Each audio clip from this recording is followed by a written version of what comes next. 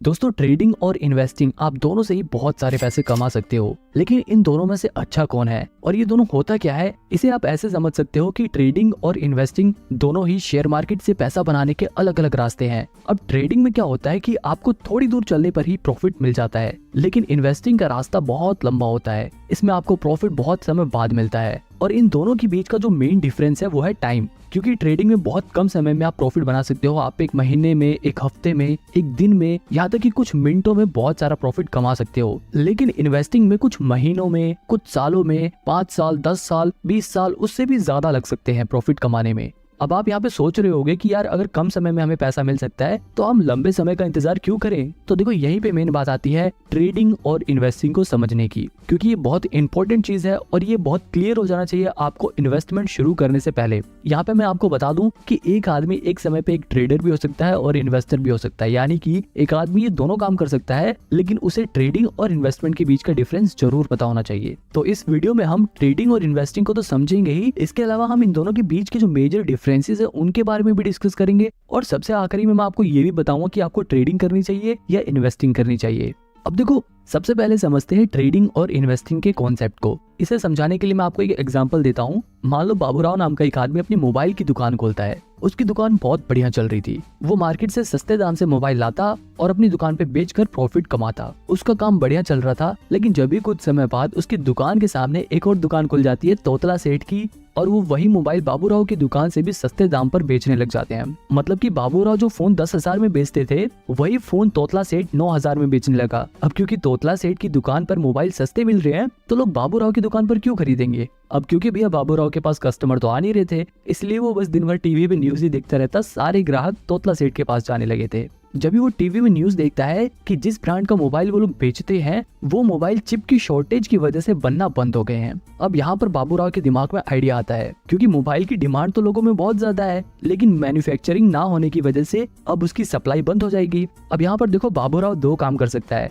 पहला ऑप्शन ये है कि वो रोज सवेरे उठते ही सबसे पहले तोतला सेठ की दुकान पर जाकर उसके सारे फोन 9,000 में खरीद ले और उन्हें अपनी दुकान पर वापस 10,000 में बेचकर प्रॉफिट कमाए। दूसरा तरीका ये है कि वो रोज सवेरे तोतला सेठ की दुकान पर जाकर उसके सारे मोबाइल खरीद ले और उन्हें अपने वेयर हाउस में स्टोर करके रखे, उन्हें बेचे नहीं। इसी तरह वो कुछ महीने अपने पास उन फोन्स को स्टोर करके रखे और जैसे ही उस फोन का प्राइस मार्केट में बढ़ जाए और उसकी डिमांड मार्केट में बढ़ जाए, वो उन फोन को 10,000 की जगह 12,000 में बेचकर ज्यादा प्रॉफिट कमाए। अब यहाँ पर देखो, ट्रेडिंग और इन्वेस्टिंग को समझो। बाबूराव जब डेली फोन सस्ते में खरीद कर उन्हें बेच रहा था, तो वो ट्रेडिंग कर रहा था। लेकिन जब बाबूराव ने फोन को कुछ महीनों के लिए स्टोर करके रखा और जैसे उनका प्राइस बढ़ा, उसने जब बेचा तो उसने इन्वेस्टिंग करी, क्योंकि वो डेली चीजों को सेल नहीं कर रहा, बल्कि वो उन्हें कुछ महीनों बाद कर रहा है। बिल्कुल इसी तरह ट्रेडिंग और इन्वेस्टिंग वर्क करती है। बस शेयर मार्केट में फोन की जगह शेयर्स आ जाते हैं। मतलब हम शेयर मार्केट में डेली फोन्स की जगह शेयर्स को सस्ते में खरीद कर उन्हें महंगे में बेचकर प्रॉफिट बनाते हैं, तो वो ट्रेडिंग होती है। और अगर हम शेयर्स को सस्ते में खरीद कर कुछ महीने, कुछ साल, 10 साल, 5 साल बाद जब वो शेयर का प्राइस बढ़ जाता है तब बेचते हैं, तब वो इन्वेस्टिंग कहलाती है।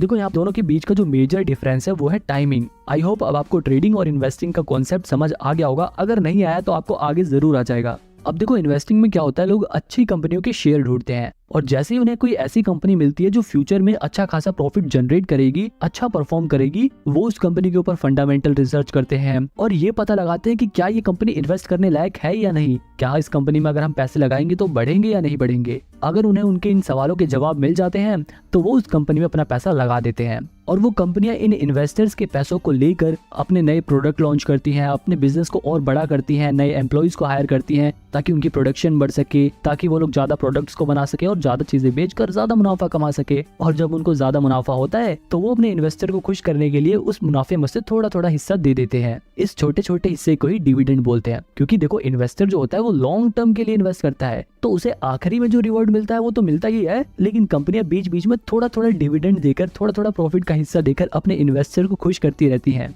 मतलब एक इन्वेस्टर को लॉन्ग टर्म में तो बहुत ज्यादा प्रॉफिट होता ही है, लेकिन उसको बीच बीच में थोड़ा थोड़ा डिविडेंड भी मिलता रहता है, जो उसके लिए एक अर्निंग का काम करती है। और मैं आपको बता दूं कि ऐसे बहुत सारे इन्वेस्टर हैं जिनकी सिर्फ डिविडेंड की कमाई लाखों करोड़ों में होती है।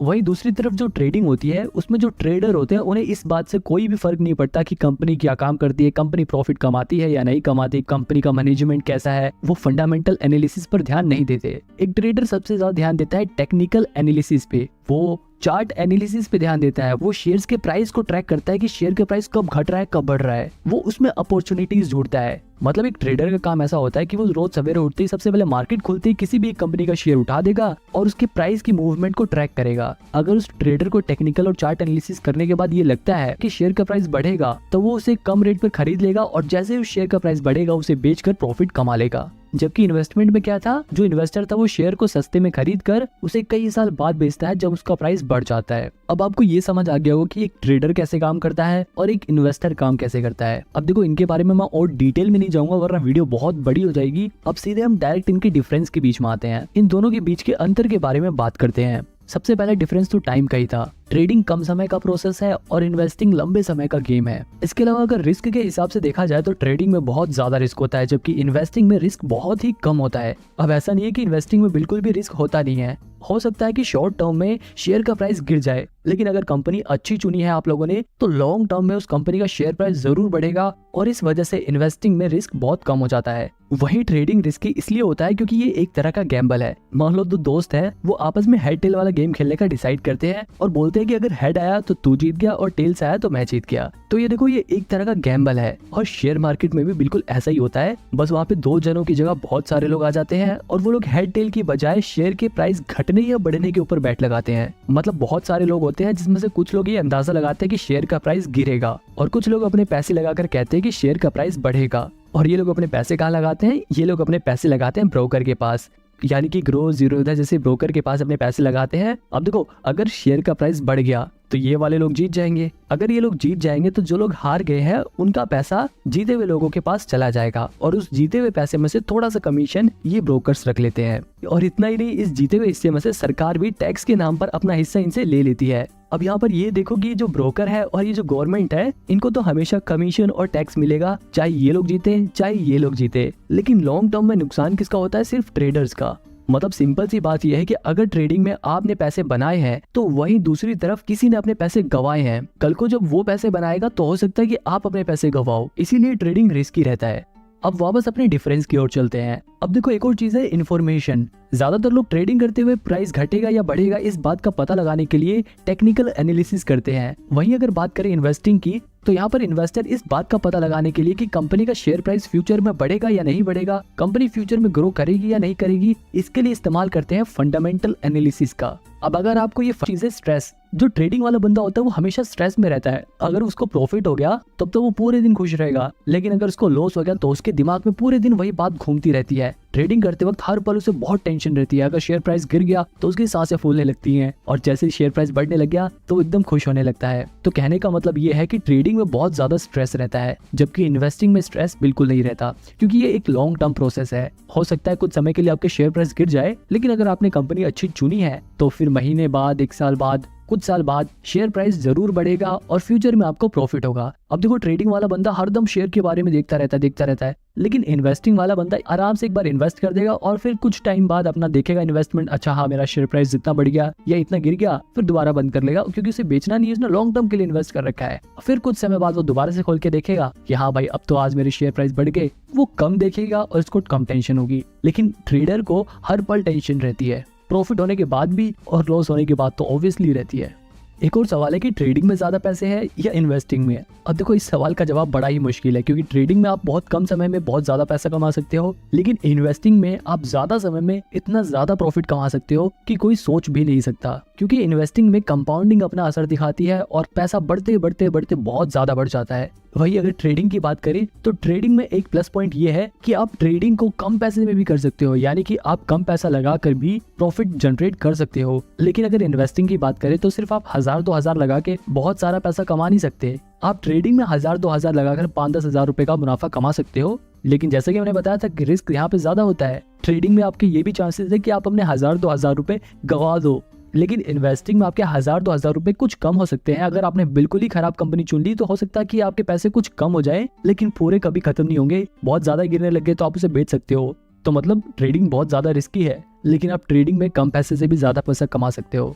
बात करें एक्सपेंस की, अगर आप ट्रेडिंग करते हो तो आपको ज्यादा चार्जेस देने पड़ेंगे, लेकिन अगर आप इन्वेस्टिंग करते हो, आप डिलीवरी में शेयर्स को खरीदते हो, तो आपको ब्रोकरेज कम देना पड़ेगा, यानी कि कम चार्जेस देने पड़ेंगे। जैसे कि मैंने आपको ऊपर वाले एग्जांपल में बताया था कि लोग ट्रेडिंग में बहुत सारी ट्रांजैक्शन करते हैं, इसलिए उनके ऊपर चार्जेस लगकर बहुत ज्यादा चार्जेस हो जाते हैं। लेकिन इन्वेस्टिंग में लोग एक बार शेयर खरीद लेते हैं तो उसे कई सालों बाद बेचते हैं, इसलिए उसके ऊपर चार्जेस बहुत कम लगते हैं।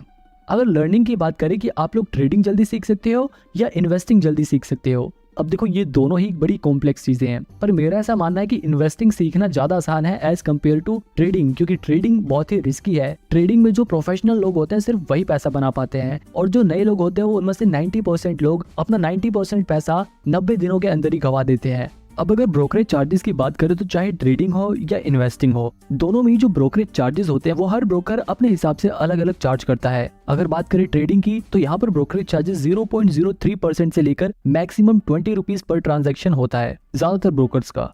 इसके अलावा एम स्टॉक जैसे कुछ ब्रोकर तो ऐसे भी हैं जिनके पास 1000 रुपए से लेकर 2000 रुपए तक का प्लान होता है, जिन्हें खरीदने पर आपका लाइफ टाइम ब्रोकरेज चार्जेस नहीं लगेगा। लेकिन यहाँ पर ध्यान देने वाली बात यह है कि सिर्फ ब्रोकरेज चार्जेस नहीं लगेगा। इसी तरह अगर आप इन्वेस्टमेंट करते हो यानी कि डिलीवरी में शेयर्स को खरीदते हो, तो वहां पर भी जो ब्रोकरेज चार्जेस होता है वो 0.003% से लेकर 20 रुपीज मैक्सिमम पर ट्रांजैक्शन होता है। हालांकि डिलीवरी में भी जीरो था, जैसे कुछ ब्रोकर ऐसे हैं जो 1 भी रुपए ब्रोकरेज चार्जेस नहीं लेते, लेकिन इन ब्रोकर्स के पास आपको लगभग 300-350 रुपए अकाउंट मेंटेनेंस चार्जेस देने होते हैं हर साल। ये सब तो ब्रोकरेज चार्जेस थे जो ब्रोकर्स चार्ज करते हैं, लेकिन इसके अलावा गवर्नमेंट भी प्रॉफिट में से अपना टैक्स डिडक्ट करती है। अगर बात करें सिर्फ ट्रेडिंग की तो ट्रेडिंग पे जो प्रॉफिट होता है उस पर लगभग 28% टैक्स देना पड़ता है। वहीं अगर बात करें इन्वेस्टमेंट की, यानी कि अगर हमें लॉन्ग टर्म कैपिटल गेन होता है तो उस पर हमें 20% टैक्स देना पड़ता है। आप में से कुछ लोगों के दिमाग में डाउट होगा कि हम ट्रेडिंग या फिर इन्वेस्टमेंट कम से कम कितने रुपए से स्टार्ट कर सकते हैं। तो देखो, आप मिनिमम 100 रुपए से ट्रेडिंग और इन्वेस्टमेंट दोनों ही स्टार्ट कर सकते हो। ट्रेडिंग में आप अपना पैसा फ्यूचर एंड ऑप्शंस में लगा सकते हो, इंट्राडे ट्रेडिंग में लगा सकते हो, इन्वेस्टिंग में आप डायरेक्ट कंपनी के शेयर्स में अपना पैसा लगा सकते हो,